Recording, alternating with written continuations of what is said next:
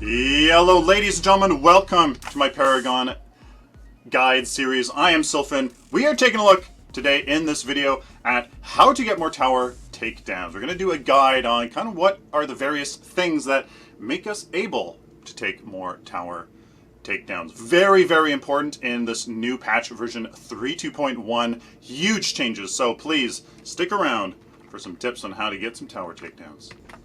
So, ladies and gentlemen, like always, two very quick plugs. Please, ladies and gentlemen, go check out my Amazon wishlist. We do, if you like to support the channel, that would be absolutely fantastic to look in there. And also, please consider becoming a patron on my Patreon account for some monthly support. Again, very, very much appreciated. So, ladies and gentlemen, the very first category of tips here has to deal with these lanes. As a laner, there are a multitude of different things that you can do to push towers. The one thing, I think the biggest thing is advance your lane while the enemy team is distracted and or accounted for. So how do you know if they are accounted for? You simply need wards and you simply just need to watch the mini-map. The only really way that you can safely push a tower here is if you have the ability to see if the enemy team is accounted for, because you can't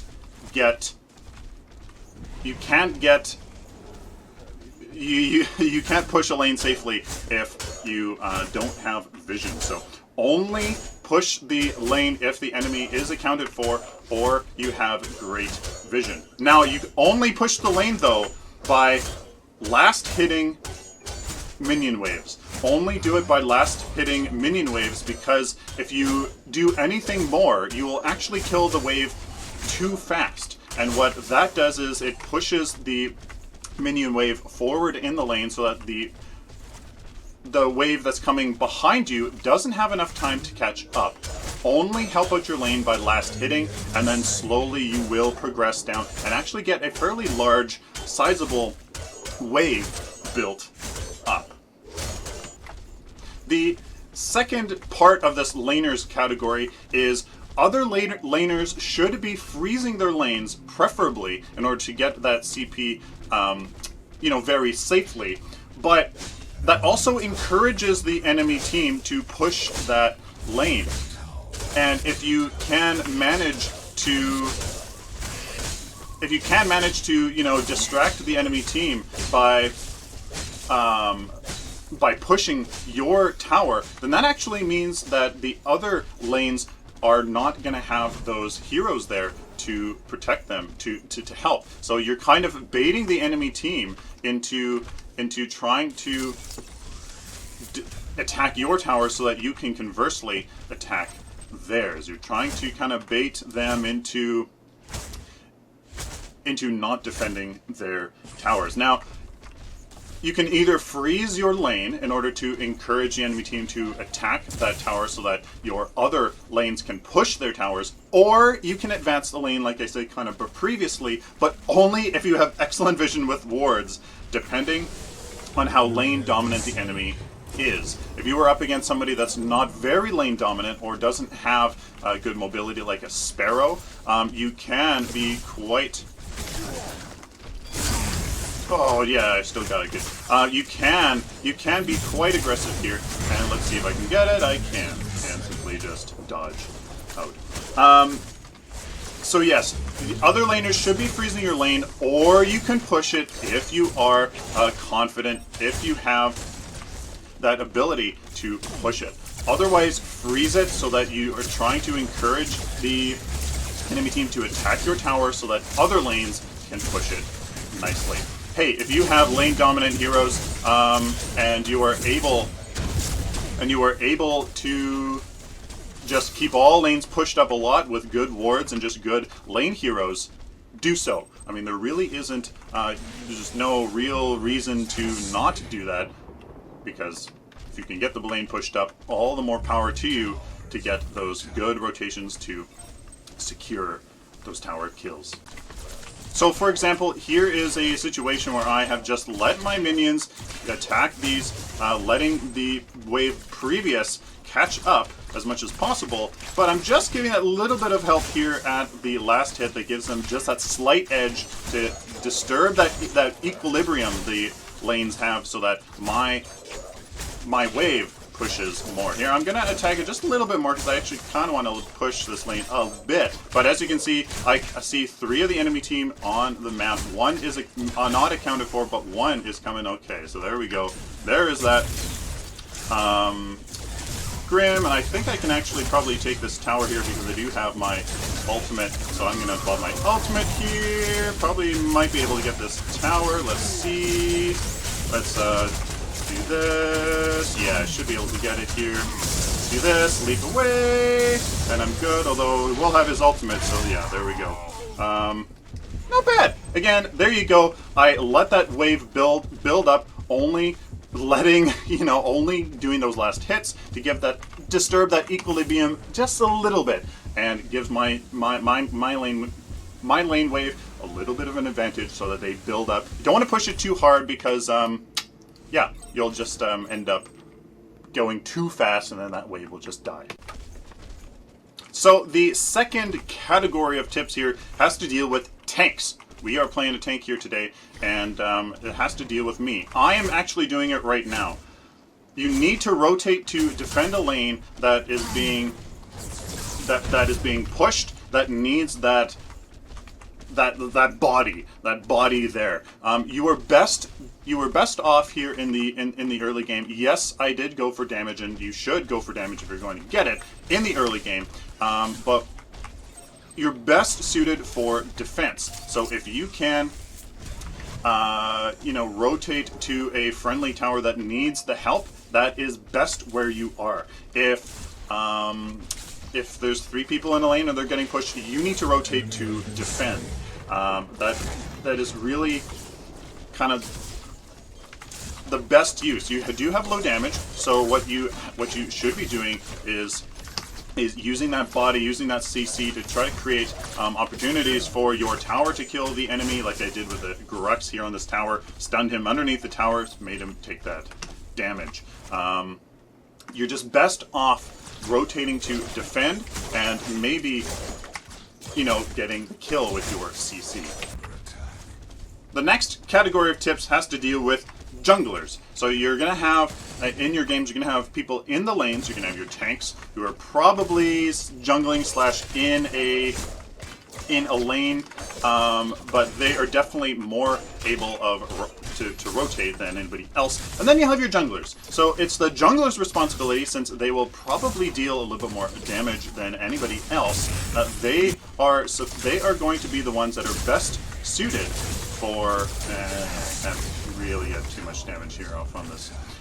They are going to be the ones to rotate to create the offensive opportunities. They are going to be the ones here that are used for. Oh my goodness!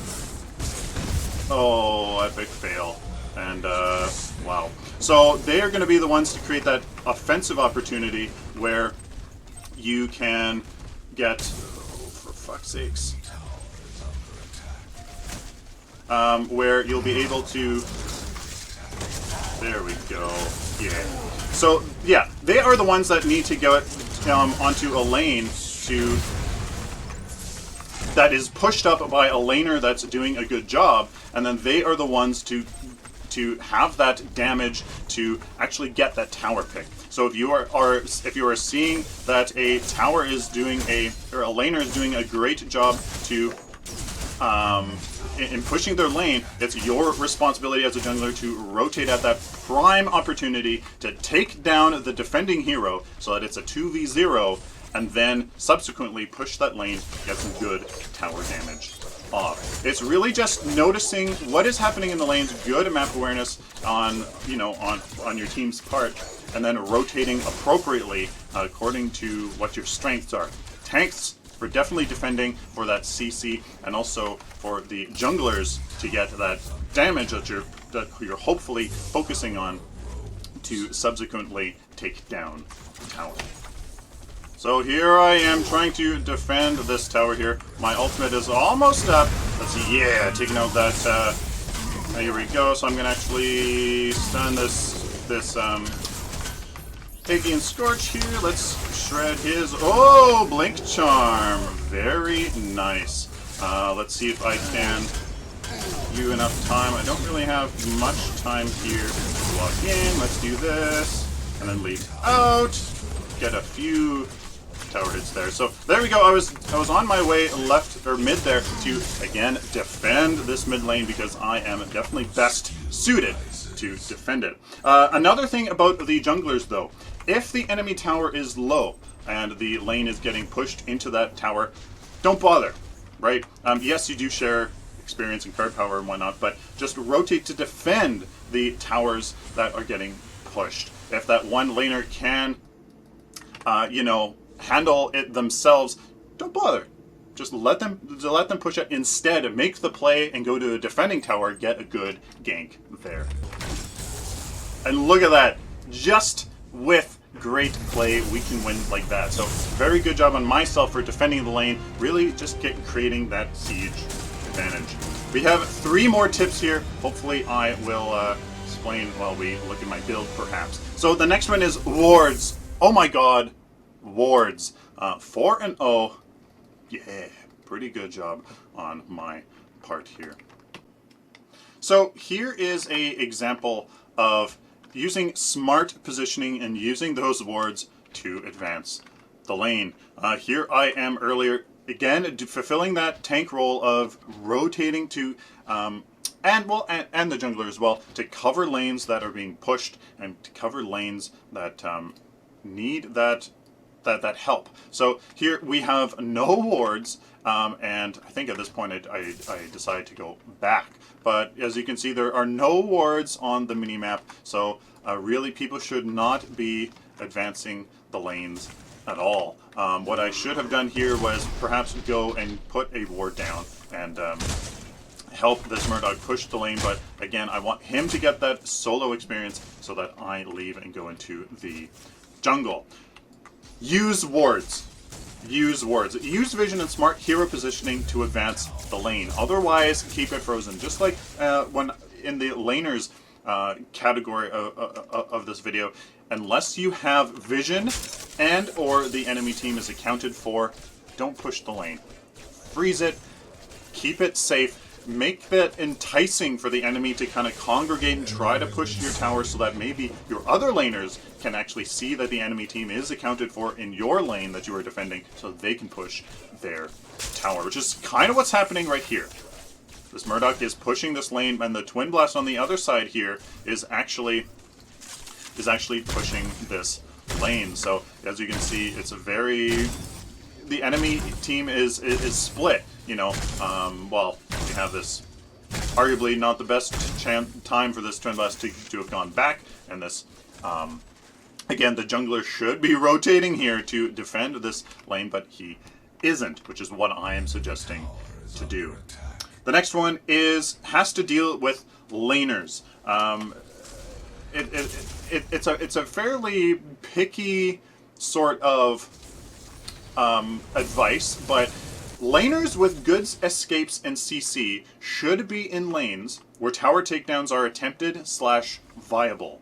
So what does that mean? That means a good laner like Paragon Scorch is a fantastic lane hero. He has good escapes, good zoning ability. Grim is another good laner. He has his pushback with his Q, and then he has a slow, very, very solid laner. They are the ones that should be in the lanes that are most susceptible to a tower takedown on the enemy team, of course. The laners that aren't so much, like Sparrow especially, she should be the one that is in a lane that is trying, you know, that you're trying to entice the enemy team to try to take, and then, you know, enabling the other good laners to push their lanes, trying to get those tower takedowns that the jungler is rotating to. So if you have good escapes and good CC and good vision,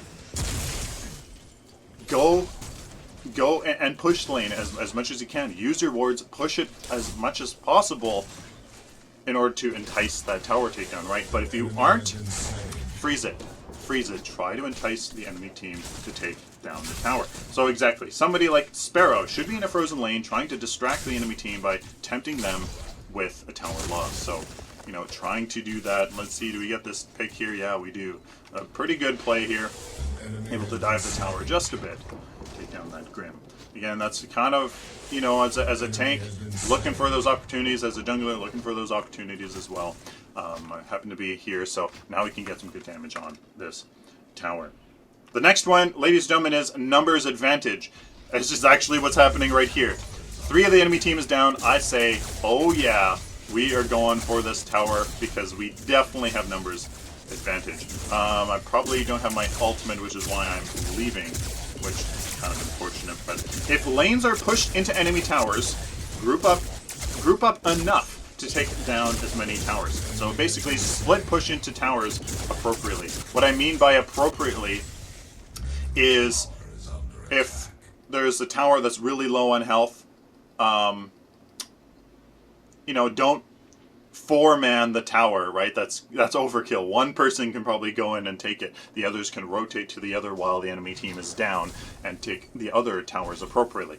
Basically, if there is numbers advantage or vision advantage is a good one as well. If you can see that the enemy is rotating through the jungle and you have enough time to go take that tower, dive for it. Go, take it.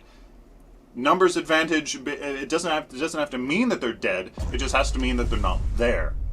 / you have enough time to actually, you know, do the damage. So here we can see that I kind of want to rotate left, like, or to mid, because it is getting pushed, and that is my job, to go and defend those towers. But I try. The Aegean Scorch here doesn't let me go there, so I am forced to defend this lane, which needs defending anyway. At that point, the jungler should be rotating mid to cover it, and the laners here should notice that something happened, should try to pull back, freeze their lanes. And then the second part of numbers advantage, ladies and gentlemen, is simply if lanes are pushed into friendly towers, split up to safely defend and get lanes pushed back up. It's exactly what I just said. Look at that. If lanes are pushed into friendly towers, split up to safely defend and get lanes pushed back up. Especially in version 3.1, this patch, towers and inhibitors, especially the tier 2 and inhibitors on the core, which is just what has been affected, play it safe. There's nothing wrong with defending, getting that CP, that getting those last hits in the newly redesigned towers here. You can get those last hits now, so it's actually really not that bad. Split up, defend the towers appropriately. Don't hesitate to go and rotate there to defend it. You know, you can get a very good, nice split push going with the enemy team dead with that numbers advantage that can then lead into good tower picks later on. Even if the enemy team does come back and end up, you know, defending a lane or two, you still have that minion wave built up. You can use somebody like Rampage here, like I was, like you saw there in that mid tower, to use the ultimate, tank that tower, tank the next one, that tier 2 tower that we got here, right at the end, somewhere around here, and use that number advantage to create an opportunity in the future. I think that's what I was going for with that tip there. So actually, I kind of want to see it here. I want to see the tower stomp here. So here we go. I rotate mid here. We have numbers advantage, so I'm like, yeah, let's get this lane pushed up. I'm going to wait for my team. I'm saying attack mid lane, attack mid lane. My ultimate is up. We have numbers advantage. Let's push this so that when they do come back, there's going to be no chance for them to defend their tier 2 tower and even their inhibitor, because we'll have pushed this so much, we'll have that minion wave. That is what I'm talking about here with numbers advantage. You know, you can obviously do it offensively, but here I wanted to build up that tower. I do have my ultimate. Don't even bother using my ultimate here. And then come up into this lane here, so that when when it is needed, we have that minion wave, the next minion wave that's not too close, but again, I have my ultimate, so there's a little bit of a hesitation here to take this tower down. The inhibitor, this minion wave with siege minion as well, is going to really be nice for this. So there you guys have it. Those are my tips here for laners, for tanks, for junglers, for anybody really that is in the game. You know, you need good map awareness. You'll notice that all of this has to deal with that map awareness, looking at your mini-map and making smart decisions. Quick recap, ladies and gentlemen, of today's lesson. Quick recap. Number 1, laners. Advance a lane while enemy team is distracted / accounted for only by last hitting.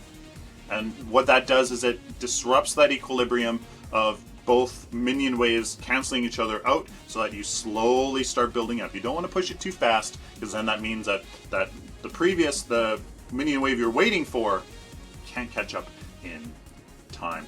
Other laners should be trying to freeze their lanes in order to encourage enemy pushes or keep them pushed, only with excellent vision with wards, depending on how lane dominant the enemy team is. Like, if there's really no chance of them jungling or rotating or whatnot, make the smart play there. You know, freeze it if they're really getting kind of getting greedy, and you know, you can kind of entice them to try to take your tower down while your friendly team gets a good split push going. Try to do that. Number 2, the tanks here rotate to defend the lane where the majority of the enemy is distracted due to lower damage. So your best use as a tank to defend, so rotate there. Try to use that CC to keep the enemy underneath your tower and take them out. Junglers, you can do both. You can obviously, of course, defend as well, but with that damage that you're going to have in the early game as a fighter, fighters are strong in the early game. Rotate to take down towers. You know, see a lane. You know, if your Grim is really doing a good job pushing the lane with a good ward there, is very lane dominant and that's very close to the enemy tower, rotate there, take down that enemy team there, create that 2v0, take down that tower. Or rotate if that tower is already low and you're really not needed. Rotate to create a good, you know, defensive play. Maybe even get that lane pushing. There you go. The next one is wards. Oh my god, use your wards. Always have a ward, don't care who you are. Yeah, I'm starting to change. I used to say only carries could perhaps not have a ward, but you can still get damage on a ward. So wards. Use them very smartly, along with correct positioning. Don't stand way off to the side on the right. You know, don't stand way on the right side of the right lane, because by the time you see them, you know, they're going to intercept you while you come. So stand right at that cliff. And you can usually juke them as they're trying to run up your side. You can juke them by jumping down or by whatever. You can do some fun things there. Smart positioning there and the wards to advance the lane. Otherwise, keep it frozen, which really isn't that bad, because you can, again, entice the enemy team to try to take down the tower. Laners with good escapes, this is number 5. And CC should be in lanes where tower takedowns are attempted viable. If you are a very good split pusher hero, like you can Scorch, get in that lane that you really need to take down. The others can either be defending or, you know, freezing their lane. Somebody like a Sparrow, unless you're really good with your wards, a really good map awareness, keep it frozen. Be that hero that creates the enticing opportunity for the enemy team to try to take down your tower. And of course, numbers advantage. Be smart with your numbers advantage. If lanes are pushed into enemy towers, group up accordingly. You know, don't go overkill with the tower dive to get split pushing done. If you have a good split push, if you have a numbers advantage but the enemy team is doing a good job in pushing your towers, split up accordingly.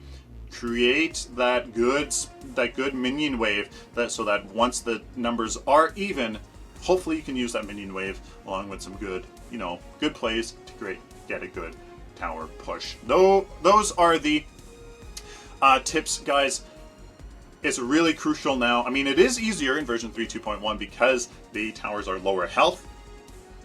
But that means that you can even get more reward from your smart play, so you can really easily take down those towers. So there you guys have it. Hopefully it wasn't too long.